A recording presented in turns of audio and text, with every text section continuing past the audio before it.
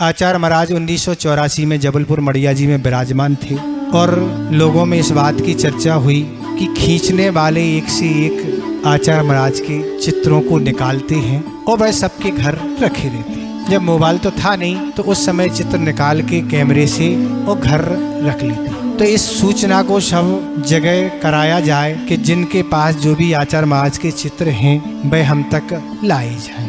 और इस तरह सारे चित्र मंगवा लिए और सारे चित्रों को जो छोटे छोटे चित्र थे उनको बड़े बड़े के चित्र रूप में बनाया गया और बड़े बड़े चित्र बना के एक जबलपुर मड़िया जी में जो हॉल था उस हॉल में आचार्य महाराज की प्रदर्शनी लगाई। एक से एक चित्र थे। आहार करते समय, आहार के बाद जाते समय, शौच के समय और विहार काल के समय, स्वाध्याय के समय, ध्यान के समय, सामाय काल के समय और आशीर्वाद आदि देते हुए प्रवचन करते समय, स्वाध्याय करते समय अनेक प्रकार के उसमें चित्र थे और वहाँ प्रदर्शनी लगाई गई। उन सभी में एक ऐसा भी चित्र था कि आचार्य महाराज एक पाटे पर बैठे हुए हैं और पाटे पर एक बाजोटा रखा है, उस पर शास्त्र रखे हुए हैं और शास्त्र रखे हैं और आचार्य महाराज किसी ग्रंथ का लेखन कर रहे हैं। आचार्य महाराज किसी शास्त्र का लेखन कर रहे और उस बीच में कोई गृहस्थ आया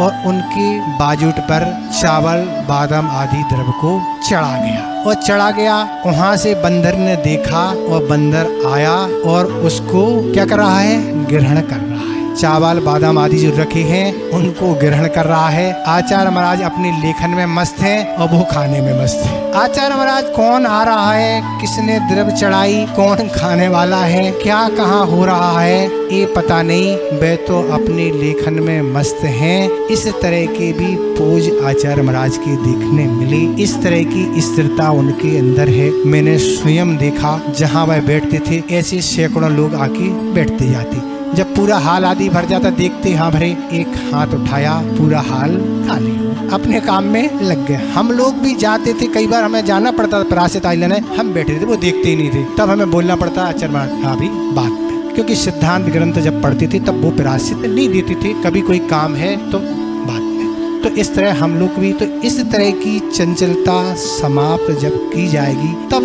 उस चीजों की उपलब्धि होगी। पाठ हो चाहे स्वाध्याय हो चाहे कुछ भी हो।